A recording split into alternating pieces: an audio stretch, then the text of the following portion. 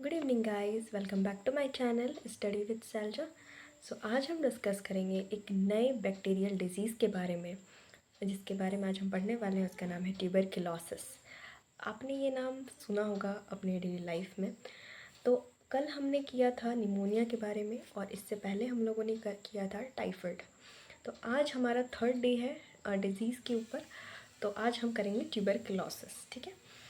तो ट्यूबरक्लोसिस करने वाला जो बैक्टीरिया है, ठीक है, ये कहाँ प्रेजेंट होता है, कहाँ होता है ये? तो ये आपको मिट्टी में ऐसे ही आपको मिल जाएगा। इसके जो बैक्टीरिया होते हैं वो मिट्टी में मिलते हैं, ठीक है, मिट्टी में पाया जाता है।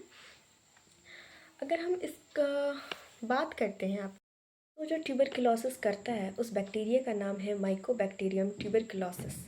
और माइकोबैक्टीरियम ट्यूबरक्लोसिस जो है वो एक टॉक्सिन रिलीज़ करता है। वो टॉक्सिन का नाम है ट्यूबरक्युलिन। ओके, तो ये ट्यूबरक्युलिन नाम का एक टॉक्सिन रिलीज़ करता है और ये अफेक्ट करता है lungs, lymph nodes, bones, joints, ये सबको ये अफेक्ट कर देता है बहुत बुरी तरीके से। और इसके बहुत सारे सिम्टम्स हैं, तो चलिए इनके सिम्टम्स के बारे में हम जानते हैं। तो मैंने आपको सबसे पहले क्या क्या बताया मैं एक बार फिर रिपीट कर देती हूँ। तो ये जो ट्यूबरक्लोसिस का जो बैक्टीरिया होता है वो अधिकतर सॉइल में प्रेजेंट होता है। उसके बाद इसे अफेक्ट करने वाला जो पैथोजन है, जैसे हम लोगों ने निमोनिया और टाइफाइड में भी पढ़ा था, उनके पैथोजेंस के बारे में कि वो डिज़ीज़ कौन करता है, कौन बैक्टीरिया करता है। तो इसे भी एक बैक्टीरिया करता है क्योंकि ये भी एक बैक्टीरियल डिजीज़ है। तो इस बैक्टीरिया का नाम है जो ट्यूबरक्लोसिस करता है, माइकोबैक्टीरियम ट्यूबरक्लोसिस, ठीक है। और ये एक टॉक्सिन रिलीज़ करता है जिस टॉक्सिन का नाम है ट्यूबरक्युलिन, ठीक है। उसके बाद ये हमारे बोन्स, मतलब जिसको ट्यूबरक्लोसिस हुआ है को करता है, जिसको होता है ट्यूबरक्लोसिस, उसमें बोन्स, उसके बोन्स को, उसके लिम्फ नोड्स को, जॉइंट्स को अफेक्ट कर देता है बुरी तरीके से। तो चलिए अब हम इसके सिम्टम्स के बारे में जानते हैं। इससे ट्यूबरक्लोसिस के जो पेशेंट हैं उनमें अक्सर कुछ सिम्टम्स देखे जाते हैं, जो इन सिम्टम्स का मैं आपको बता रही हूँ। पहला फीवर, उनको फीवर होगा, कफ होगा, स्पेटम जो थूक होता है ना, उस थूक में ब्लड प्रेजेंट होगा, मतलब वो उसके अंदर ब्लड होगा, ठीक है। उसके बाद जो गला है, खराश हो जाएगी बहुत ज़्यादा, मतलब बोल नहीं पाएंगे अच्छे से, हॉर्शनेस जिसे हम कहते हैं।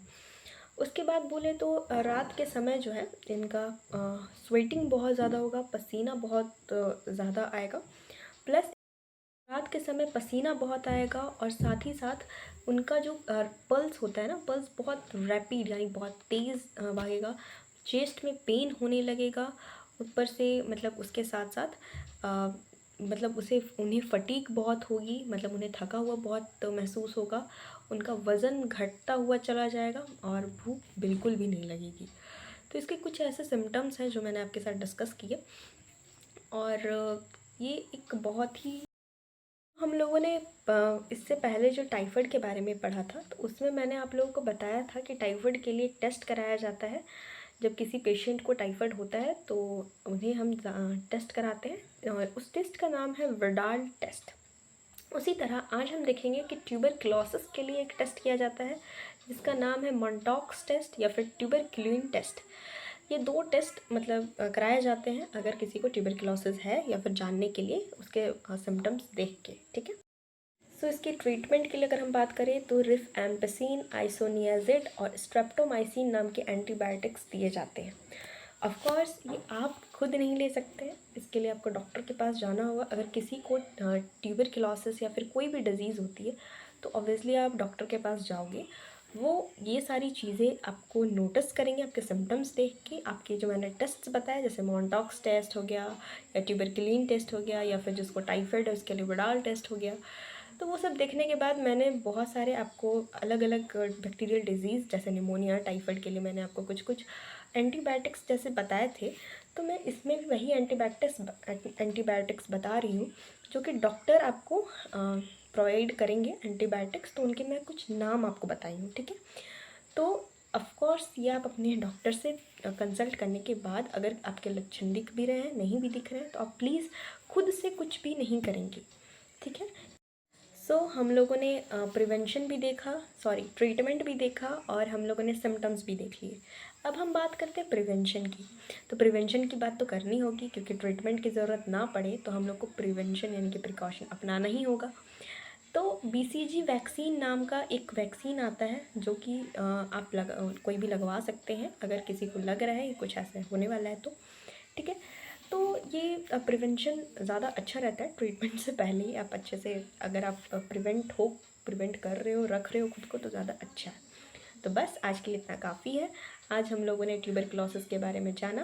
तो आज मैंने जो भी बताया है, आई होप आपको अच्छा लगा हो। इससे रिलेटेड कुछ भी आपको पूछना हो, इसके डिज़ीज़ कितने दिन तक रहते हैं, या इसके सिम्टम्स कब दिखने शुरू होते हैं, और पहला सिम्टम क्या होगा, कैसे होगा, या इसमें हम खुद से क्या कर सकते हैं, नहीं कर सकते, अगर आपको कुछ भी रिलेटेड चीज़ें, मैंने 3 बैक्टीरियल डिजीज़ेज़ अभी तक पढ़ाई हैं, टाइफाइड, निमोनिया और ट्यूबरक्लोसिस। आपको तीनों में से कुछ भी समझ नहीं आया हो, या कुछ भी आपको ऐसा जानना हो एक्स्ट्रा नॉलेज के लिए, तो आप मुझे कमेंट करके ज़रूर बताइएगा, ठीक है। तब तक के लिए बाय बाय।